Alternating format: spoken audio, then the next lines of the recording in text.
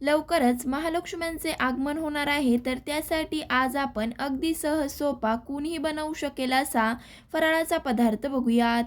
त्याआधी चॅनलवर जर माझ्या नवीन असाल, अजूनही चॅनलला सबस्क्राईब केलं नसेल, तर प्लीज माझ्या चॅनलला सबस्क्राईब करून घंटीचं बेल बटन नक्की प्रेस करा. चला तर रेसिपीला सुरुवात करूयात. त्यासाठी मी इथं काय केलंय, 2 वाटी बारीक रवा घेतला आहे. घेतलेला रवा एका बाउलमध्ये काढून घेऊ.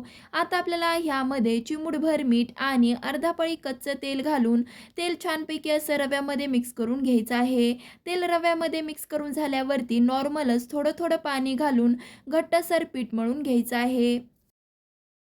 रवा भिजवताना थोड्या थोड्या पाण्याचा वापर केला म्हणजे एकतर काय होतं, जास्त रव्यामध्ये पाणी शोषलं जातं.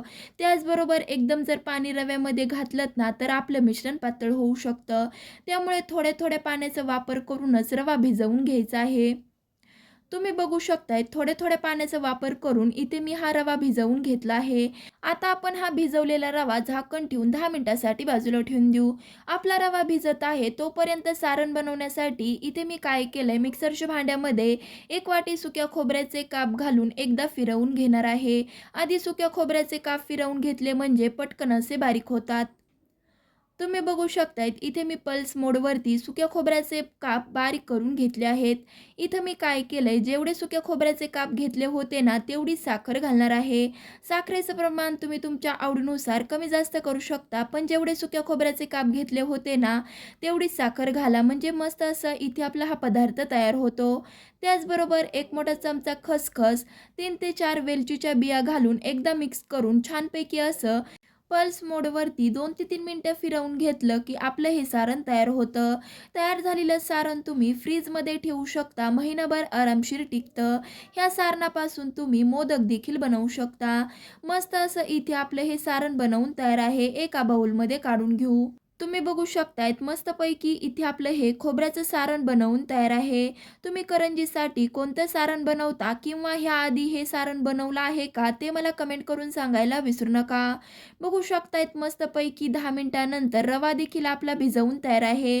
2 ते 3 मिनिटं मळून घ्यायचं. नंतर छोटासा असा गोळा काढून घ्यायचा आहे. पुरीपेक्षा लहान काढा, कारण की आपण ह्यामध्ये सारण भरणार आहोत. सारण थोडंसं जास्त भरायचं आणि पारी अशी पातळ ठेवायची आहे. त्यामुळे करंजीची चव छानपैकी अशी लागते.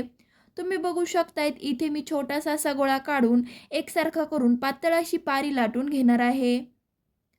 तुम्ही बघू शकतायत पारी लाटताना इथे आपल्याला पीठ किंवा काहीच तेल वगैरे लावण्याची गरज पडत नाही. कारण की रवा छानपैकी असा मळला गेला की आपल्याला काहीच न लावता मस्त अशी पारी लाटता येते. तुम्ही बघू शकतायत मस्तपैकी इथे मी ही पारी लाटून घेतली आहे. आता आपण ही लाटलेली पारी हातावरती घेऊन मध्यभागी थोडंसं प्रेस करून बनवून घेतलेलं 1 चमचा सारण भरून अंगठ्याच्या आणि बोटाच्या साहाय्याने छानपैकी असं प्रेस करून करंजी बंद करून घेणार आहोत. जर तुम्ही करंजी बंद करून घेताना नीट असं प्रेस करून बंद करून घेतली नाहीत ना, तर ज्यावेळेस आपण करंजी तळू ना, त्यावेळेस करंजीमधील सारण तेलामध्ये सुटू शकतं. सगळीकडून करंजी छानपैकी अशी बंद करून झाल्यावरती करंजीचं जे आपलं कटर असतं ना, त्या कटरने थोड्याशा साईडच्या कडा कट करून घ्यायच्या आहेत. करंजीच्या कडा कट करते वेळेस करंजीमधील सारण बाहेर येणार नाही, अशा पद्धतीनेच आपल्याला कडा कट करून घ्यायच्या आहेत. तुम्ही बघू शकतायत मस्तपैकी इथे मी ह्या साईडच्या कडा कट करून घेतल्या आहेत. अशाच पद्धतीने काही करंज्या करून घ्यायच्या आहेत. एकदम देखील करंज्या बनवून ठेवू नका, त्यामुळे सुद्धा करंजीमधील सारण आपलं तेलामध्ये सुटू शकतं. मी इथे 4 ते 5 करंज्या बनवून घेतल्या आहेत. चला तर आता आपण तळून घेऊ. तळण्यासाठी तेल आधीच गरम करून घेतलं आहे. एक-एक करून करंजी सोडून दोन्ही साईडनी अलटपलट करत छानपैकी अशी तळून घेऊ.